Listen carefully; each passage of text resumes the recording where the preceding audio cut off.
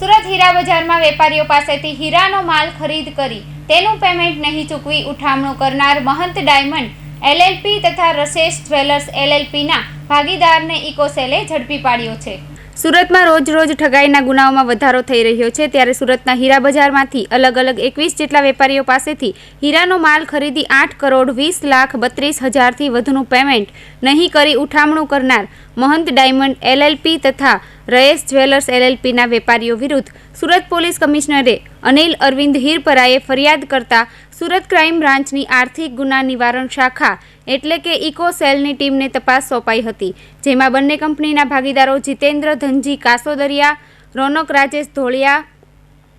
અને કૌશિક અમૃતલાલ કાકડિયા વિરુદ્ધ ગુનો નોંધાયા બાદ ઇકોસેલની ટીમે તપાસ હાથ ધરી અગાઉ જીતેન્દ્ર કાસોદરિયા, કૌશિક કાકડિયા, રવિ વઘાસિયા, અક્ષય જાસોલિયા, ધનરાજસિંહ રાઠોડ અને ભરત ગઢડા માણિયાને ઝડપી પાડ્યા બાદ વધુ એક મુખ્ય ઠગ રોનક કુમાર રાજેશ ધોળિયાને પણ ઝડપી પાડ્યો હતો।